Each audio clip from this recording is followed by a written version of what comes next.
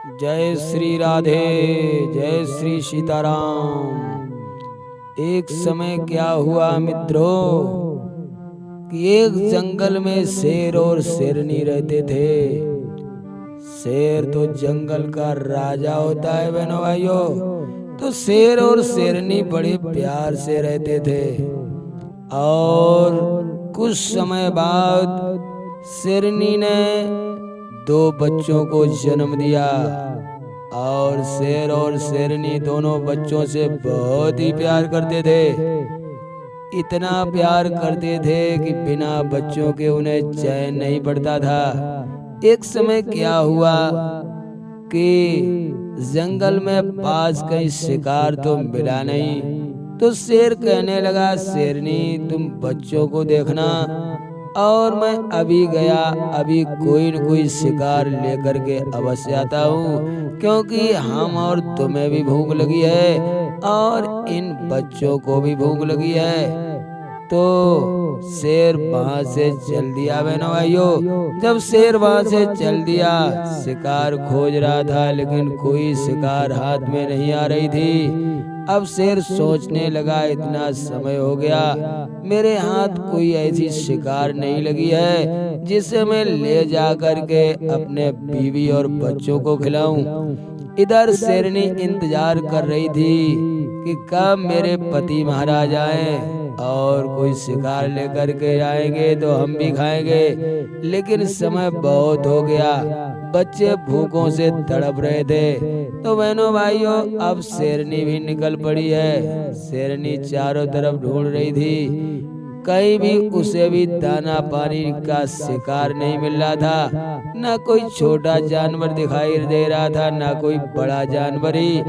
तो इधर बच्चे भूखों के मारे तड़प रहे थे, बच्चों का प्राण जाने वाला था। तो इधर हुआ क्या बहनों भाइयों, उसी जंगल में एक बकरी भटकती हुई कहीं से आ गई। और बकरी ने उन बच्चों को तड़पते जब देखा तो बकरी सोचने लगी, अरे ये तो बच्चे मर जाएंगे अगर इन्हें थोड़ी देर और दूध नहीं मिला, भोजन नहीं मिला तो ये मर जाएंगे। ऐसा विचार करके बहनों भाइयों, बकरी को बच्चों पर बड़ी दया आ गई। और बकरी ने जाकर के उन बच्चों को बड़े भाव के साथ दूध पिलाया। और दोनों बच्चों ने बकरी का दूध पिया तो दोनों बच्चों में जान आ गई। बहनों भाइयों, दूध पी के जैसे बच्चे निवृत्त हो पाए और बकरी वहां से चलने ही वाली थी, तब तक उधर से शेर भी आ गया और शेरनी भी आ गई। तो शेर शेरनी ने देखा, अरे हम तो मारे मारे जंगल में घूम रहे थे, जंगल में शिकार ढूंढ रहे थे, लेकिन शिकार तो अपने घर पर ही आ गई है। अरे कितना भगवान दयालु है, शिकार बिल्कुल घर के पास खड़ी है और हम जंगल में भटक रहे हैं। तो शेर शेरनी दोनों पास में आ गए और शेरनी ने कहा, स्वामी इस बकरी को जल्दी से मार दो और मैं भी भूखी हूँ, तुम भी भूखे हो, बच्चों को खिलाऊंगी। इतना जो कहा तो शेर जैसे आगे बढ़ा तो उन दोनों बच्चों ने देखा और बच्चे सोचने लगे, जिसने मुझे दूध पिला करके मेरी जान बचाई है, आज मेरे माता पिता उसे ही मारना चाहते हैं। तो दोनों बच्चे जैसे तैसे दौड़ करके पास में आ गए। दोनों बच्चे कहने लगे, पिताजी ठहरिए ठहरिए ठहरिए। शेर कहने लगा, क्यों? दोनों बच्चे रोने लगे और कहने लगे, पिताजी तुम्हें मालूम नहीं है। और शेरनी से भी कहा, माताजी शायद तुम्हें मालूम नहीं है, तुम तो दोनों लोग मुझे छोड़ करके चले गए। अगर ये बकरी ना आती, ये अगर मेरे पास ना आती तो मैं दोनों तड़प तड़प के मर जाते। शेर कहने लगा, इसने क्या कर दिया? तो कहने लगे बच्चे, पिताजी इसी ने आकर के हम दोनों को तड़पता हुआ देखा और इसने हम दोनों को संभाल करके दूध पिलाया है। अगर ये दूध ना पिलाती तो हम मर जाते। तो इसने मुझ पर बड़ा उपकार किया है, तुम इसे मारना चाहते हो। शेर कहने लगा, ये भी अच्छा रहा जो तुमने वक्त पर बता दिया, वरना हमारे हाथों से ऐसे जीव की हत्या हो जाती जिसने मेरे बच्चों पर बहुत उपकार किया। अब शेर पास में आया और बकरी से कहने लगा, मुझे क्षमा करना, क्योंकि मुझे मालूम नहीं था कि तुमने ही मेरे बच्चों की जान को बचाया है। लेकिन जाओ, अब तुम इस जंगल में चाहे जा कर के चरो, जो भी इच्छा हो वो खाओ।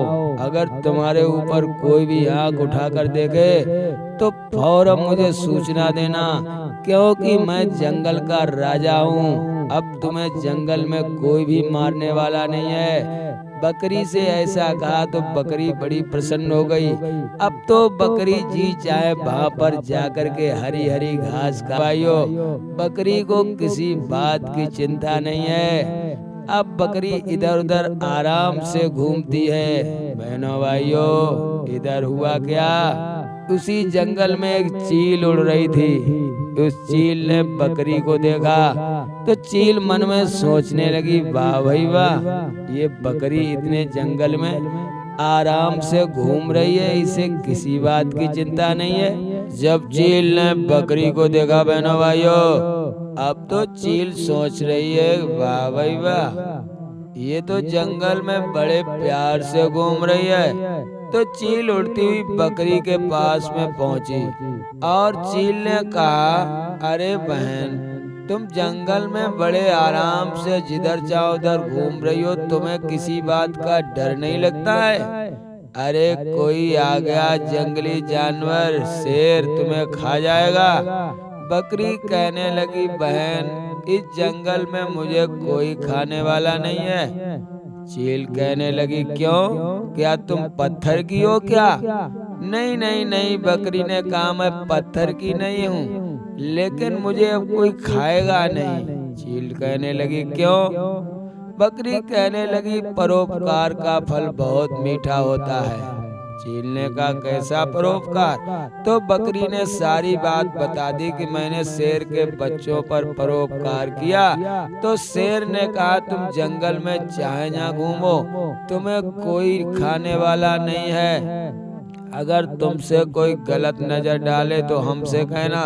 तो इसलिए बहन, अब इस जंगल में मुझे कोई नहीं खा सकता है, क्योंकि परोपकार का फल बहुत मीठा होता है। चील सोचने लगी, वाह बहन, तुमने थोड़ा सा परोपकार कर दिया तो तुम्हें जीवन भर इस जंगल में आराम से घूमने को मिला। चील सोचने लगी, तुमने उपकार किया तो मैं भी उपकार करूंगी, उपकार का फल मीठा होता है। बकरी कहने लगी, सो तो भाई होता है। तो बहनों भाइयों, अब वो चील इधर उधर घूम रही थी। एक दिन क्या हुआ कि बहुत तेजी से बरसात हुई, और जब बरसात हुई तो जंगल में पानी इधर उधर भर गया। तो एक जगह चील ने देखा कि एक गड्ढे के पास में एक बामी से 5-6 बच्चे निकले हुए बाहर हैं। किनके बच्चे हैं? ये बच्चे थे चूहों के बच्चे।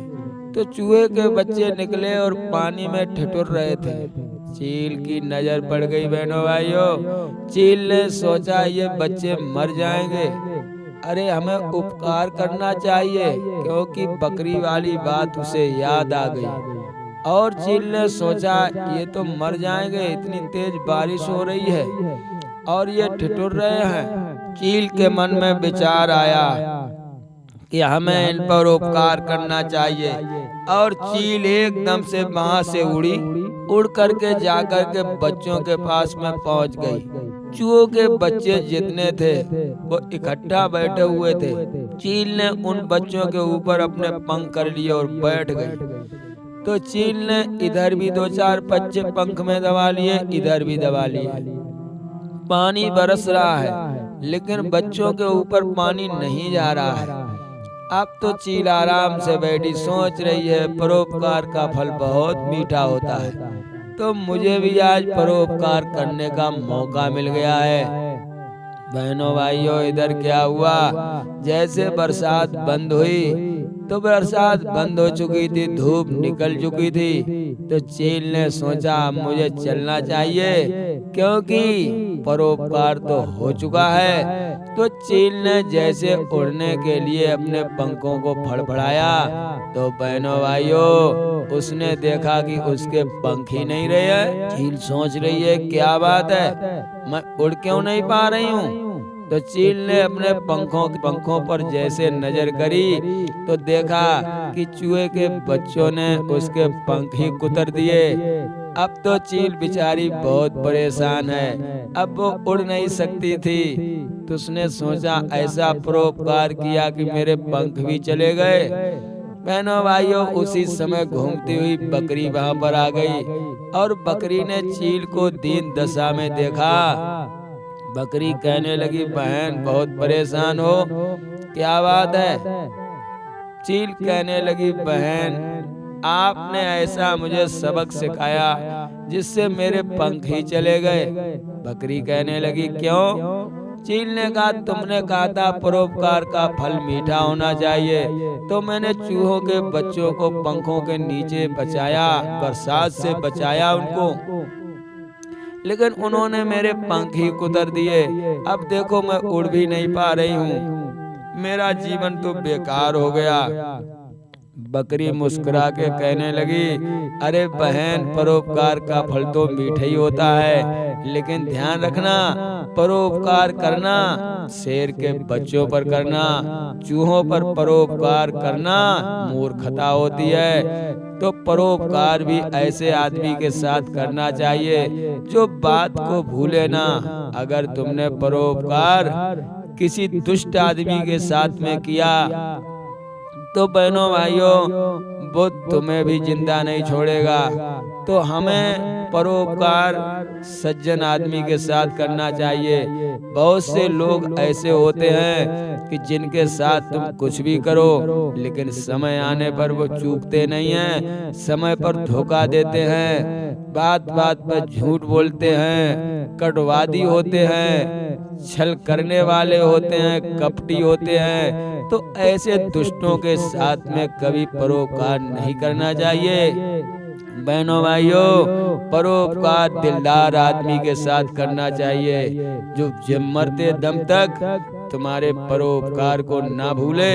और परोपकार तुमने किया है तो किसी सज्जन के साथ करना चाहिए, दुष्ट के साथ कभी नहीं करना चाहिए। तो बहनों भाइयों इस कहानी से हमें यही सीख मिलती है कि हमें भला किनका करना चाहिए, किसके साथ में परोपकार करना चाहिए। तो बहनों भाइयों कहानी अच्छी लगी हो तो हमारे गुरु ज्ञान दर्पण चैनल को लाइक और सब्सक्राइब भी करें। सभी भक्तों को जय श्री राधे, जय श्री सीताराम।